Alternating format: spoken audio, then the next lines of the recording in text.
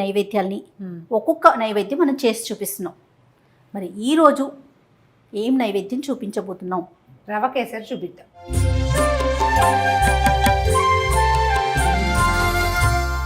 ఇప్పటిదాకా వేటికి కొలతలు చెప్పలేదని చాలా మంది అడుగుతారు. పక్కా కొలతలతోటి అసలు చెడకుండా మంచి చిట్కాతోటి చెప్తాం. షూర్, ఓకే, తప్పకుండా. ముందు కాస్త మూకుడు పెట్టుకుందాం, స్టవ్ వెలిగిద్దాం. ఓకే, మనం ఈ గ్లాస్ కొలతాం అంతే. ఈ గ్లాస్తో అంటే ఏ గ్లాస్ మీరు కొలత తీసుకుంటే అది. దీంతో ఒక గ్లాస్ రవ్వ అయితే ఒక గ్లాసుకి కొంచెం తక్కువగా నెయ్యి, అంటే 1/4 గ్లాస్ సరిపోతుంది. గ్లాస్ వేసుకోవచ్చు నెయ్యి. తర్వాత గ్లాసున్నర పంచదార. ఇదే గ్లాస్తో 4 గ్లాసులు నీళ్లు.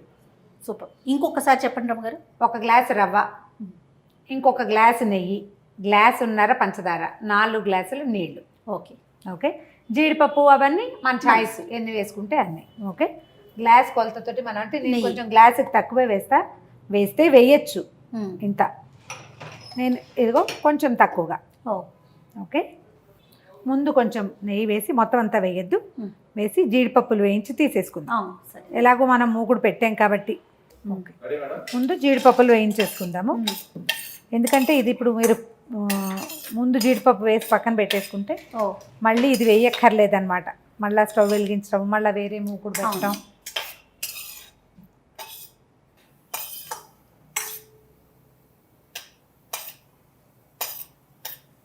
జీడిపప్పు వేగిన వాసన వస్తుంది చూస్తుంది. కొంచెం వేగే వరకే, తొందరగా మాడిపోతాయి జీడిపప్పు. ఫుల్ జీడిపప్పులు వేసుకున్నా కూడా బాగానే ఉంటుంది. అవును, ఎవరి అలవాటు ప్రకారం వాళ్ళు. ఓకే, ఇంకా కొంచెం నెయ్యి వేసేసుకుందాము. కొద్దిగా అట్ట పెట్టుకుందాం వెనక్కి. ఇప్పుడు మనం పక్కన తీసి పెట్టినాం కదా 1 కప్పు రవ్వ గ్లాస్తో కొలిసి ఇందులో పోసుకున్నారు. మీకు ఈజీగా ఉంటుందని అందులో పోసాను అంతే. వేయించేసేయండి బాగా. ఎంత బాగా వేగితే రవ కేసరి అంత బాగా వస్తుంది. దీనికి ఏం చేయాలంటే మనం దీంతో పాటుగా మనం నీళ్లు కొలిచి పెట్టుకుంటాం కదా, 1కి 4 అవి కాగబెట్టేసుకోవాలి. వేడి నీళ్లు పోస్తే ఏమవుతుందంటే మనకి రవ్వ ఉండలు గచ్చకాయలు కాకుండా లంప్స్ ఫామ్ అయితే మళ్ళీ ఆ లంప్ని నలుపుతూ ఉండాలి, నలపాలి, వాటన్నిటిని పోగొట్టాలి కదా. మనం ఇది వేగేసరికి అవి కాగొస్తాయి. అసలు ముందు కూడా పెట్టేసుకోవచ్చు. జీడిపప్పు వేయించడానికి ముందే నీళ్లు పెట్టుకుంటే మరిగిపోతాయి. ఆ మరిగిన నీళ్లు పోస్తే క్షణంలో మనకి రవ కేసరి తయారైపోతుంది. తర్వాత మోరోవర్ ఏంటంటే ఇందులో లంప్స్ రావడాలు అవి ఉండవు. నేను ఉప్మా కూడా అంతే ఉప్మా కూడా వేడి నీళ్ళు పెట్టుకుంటాను నేను. అదే ఉప్మా తెల్ల రవ్వ మామూలు రవ్వైనా దానికైనా కూడా గోధుమ రవ్వ కూడా తొందరగా అవుతుంది. రెండోది ఏంటంటే ఈ ఉండలు అవ్వకుండా ఉంటుంది అనమాట. ఆ ఉండలు అవి నలబటము ఆ బాధ ఉండదు. మన చూడు ఇట్లా ముద్దగా కనిపిస్తుంది కదా రవ్వ. మళ్ళీ చక్కగా ఉడికాక కూడా ఇదే రవ్వ పోళంగా ఉంటుంది, చూడడానికి బాగుంటుంది, వస్తువు బాగుంటుంది అన్నమాట. ఫుడ్ కలర్ వేసుకుంటారు జనరల్గా. అవునండి. అయితే నేను ఫుడ్ కలర్ ప్రిఫర్ ఎందుకో సంభవం అంటే ఆరోగ్యమా ఫుడ్ గ్రేడే కదా అని అనిపిస్తుంది, కానీ చాలా తక్కువ. నాకు ఎల్లోగా రెడ్గా అలా ఉంటే ఇష్టం ఉండదు. అందుకని నేనేం చేస్తానంటే కుంకుమ పువ్వుని పాలల్లో నానబెట్టి పెడతాను. ఈ పక్కన పెట్టండి. అవునండి, కుంకుమ పువ్వు మనం ఖరీదు ఎక్కువ కదా, జాగ్రత్తగా కొనుక్కున్నా కూడా అది చాలా రోజులు వస్తుంది. కొంచెం నలకంత వేసుకుంటాం, ఇలాంటి వాటి అప్పుడే కదా వేసేది. ఇప్పుడు ఫుడ్ గ్రేడ్ కలర్ కొంటాము, ఇంత డబ్బా కొన్నాం అనుకో, ఎన్నిసార్లు వేస్తాం మనం? దానికి వేసేది కూడా ఒక చిటికెడు. అది నిలవ పెట్టాలి. మళ్ళీ ఇంకో నెల పోయాక మనం రవ కేసరి చేస్తే నెలకు ఒక్కసారి వాడే వస్తువు అది 2 ఏళ్ళు 3 ఏళ్ళు ఉంటుంది, పాత పడిపోతుంది. ఏమిటో ఇష్టం అయినా కూడా ఎందుకు కలర్ అనేసరికి అది మంచిది కాదేమో అలాంటి ఆలోచన వచ్చేస్తుంది. కొద్దిగా నాకు ఇష్టం, నేను అంటే బయట తినకుండా ఉండం, ఏదో ప్రసాదం అనేది పెడతారు అనుకో తినేస్తాం, కానీ మనం ఇంట్లో చేసుకునే వరకైనా అవాయిడ్ చేసుకుంటే బెటర్ కదా. అదే అందంగా కనపడుతుంది ఎల్లోగా. అవునవును, దాని మొహం అందంగా ఉంటుంది కాబట్టి మనకు అట్లా ఆసక్తి, ఎవరి ఇంట్రెస్ట్ వాళ్ళది. నాకు బేసిక్గా కలర్ ఇంట్రెస్ట్ తక్కువ. మా కజిన్ సిస్టర్ ఒక ఆవిడ బీట్రూట్ రసం వేస్తారు, బాగుంటుంది, పింక్గా వస్తుందని చెప్పారు. నేను ట్రై చేయలేదు ఎప్పుడు. కాదనమ్మ గారు, ఇది గోల్డ్ షేడ్ వచ్చే వరకు వేయించుకోవాలి. కొంచెం ముదురు రంగు వచ్చేదాకా వేపుకుంటే వాసన బాగుండాలి. అప్పుడు మనకి ఇది విరిబడి వస్తుంది అనమాట. ఇది పెద్ద పాత్ర ఎందుకు పెట్టుకున్నాం అంటే నీళ్ళు పోసుకోవడానికి వీలుగా. చిన్న గ్లాస్ దానికి ఇంత మూకుడు అక్కర్లేదు. మనం మొత్తం అంతా ఇంట్లో చేస్తాం కదా, మళ్ళీ పంచదార వేస్తాము. అవును. ఒకవేళ మనం మామూలు రోజుల్లో చేసుకున్నామనుకో, ఇది అంటే మెయిన్ ఐటెంగా చేసుకోం కదా. అవునండి. అప్పుడు కూడా ఈ గ్లాస్ రవ్వ నెయ్యి వేయకపోయినా హాఫ్ గ్లాస్ నెయ్యి వేసుకున్నా కూడా బాగానే ఉంటుంది. ఎక్కువ నెయ్యిగా ఇష్టం లేకపోయినా అదేలేండి, కొంచెం తక్కువ నెయ్యి తగ్గించుకోవచ్చు. ప్రసాదంగా చేసేటప్పుడు మనం కొంచెం ధారాళంగా వేస్తే ఎక్కువ టేస్టీగా ఉంటుంది. తలా ఒక స్పూనే అంతే కదా. నీళ్ళు కూడా కాగుతున్నాయి రమ్మగారు. సిమ్లో పెడతాం. ఇది వచ్చేసరికి సరిపోతుంది. చూడు చేయాలి, వేగిపోయింది చూస్తావా? అవునండి. నీళ్ళు పోసేద్దాం. నీళ్ళ స్టవ్ ఆపేసి దీంట్లో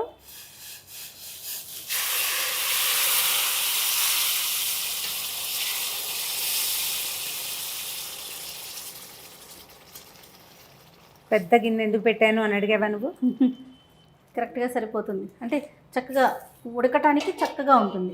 అంటే మనం నీళ్ళు పోసేటప్పుడు కొంచెం చికాకు లేకుండా చుట్టూతా పడిపోకుండా నేతులు వేయించామా అదంతా స్పిల్ అయిపోతుంది. ఈ గిన్నెతో ఇంకా మనకు పని లేదు. ఈ మొత్తం నీరంతా ఇది పీల్చేస్తుంది. ఇప్పుడు ఇంత పలచగా ఉందా, చక్కగా దగ్గరకు వచ్చేస్తుంది. మనం పంచదార వేసాక మళ్ళీ కొంచెం పలచగా అవుతుంది. నెయ్యి కూడా కనిపిస్తుంది. క్వాంటిటీ అలాగే పెరుగుతుంది.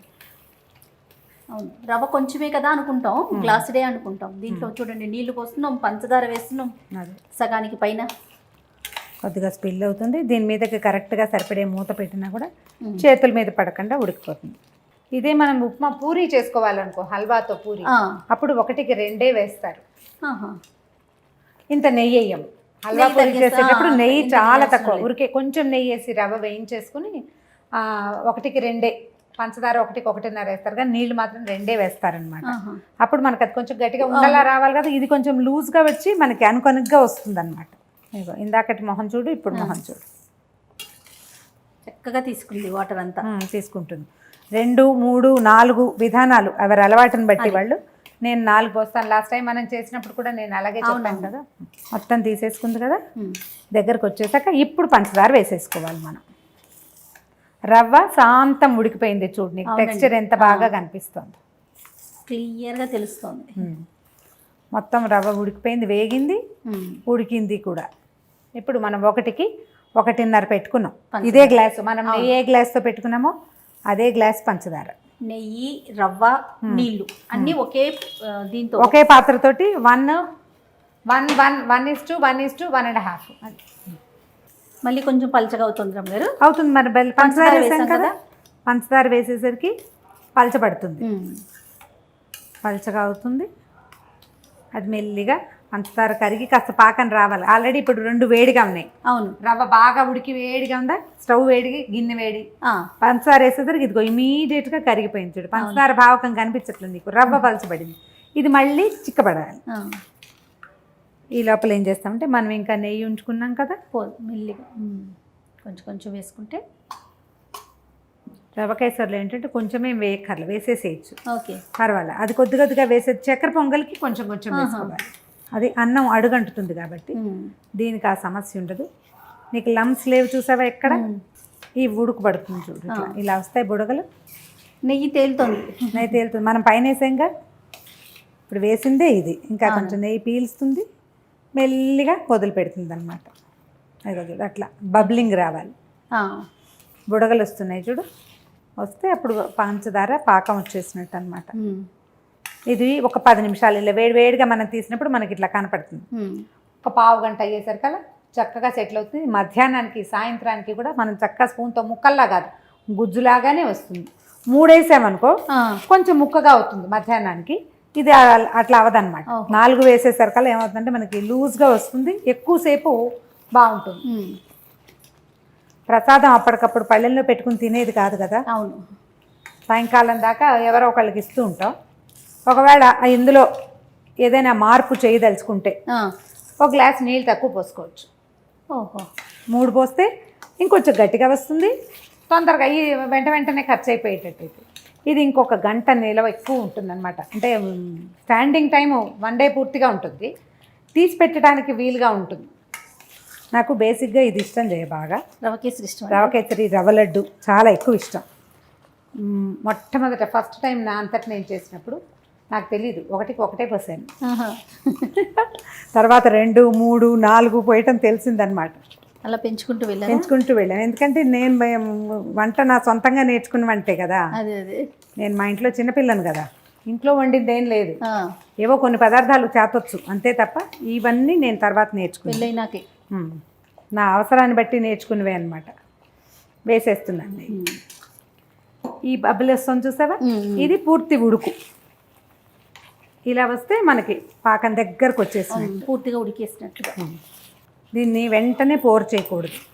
ఒక 5 నిమిషాలు టైం ఇచ్చి అప్పుడు మనం వేరే పాత్రలోకి మార్చుకోవాలి. వేడికి చక్కగా సెటిల్ అయ్యి నెయ్యి అంతా బాగా ఇదై వస్తుంది బయటికి.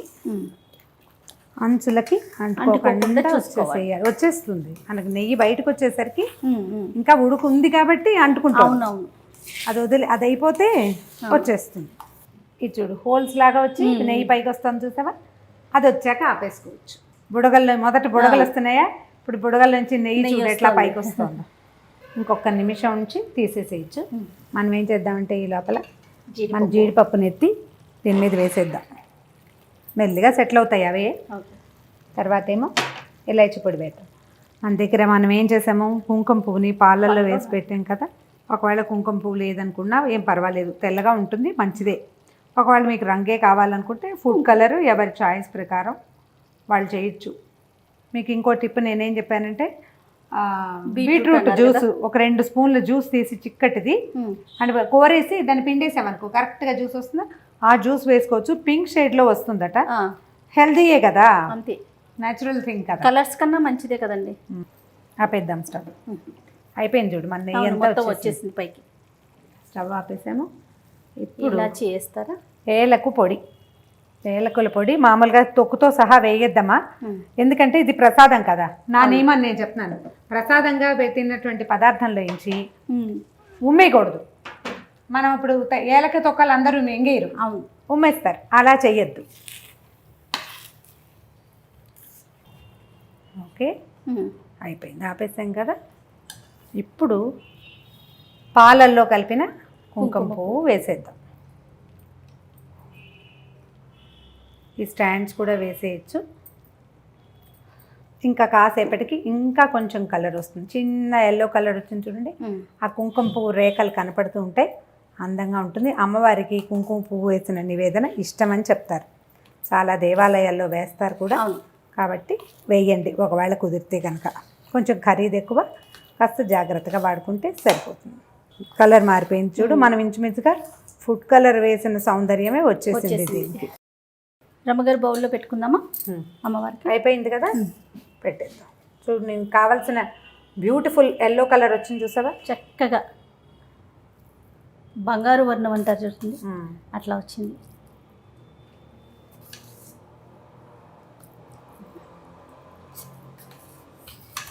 ఈవెన్గా ఒకే రంగు వచ్చింది కదా. అవునండి.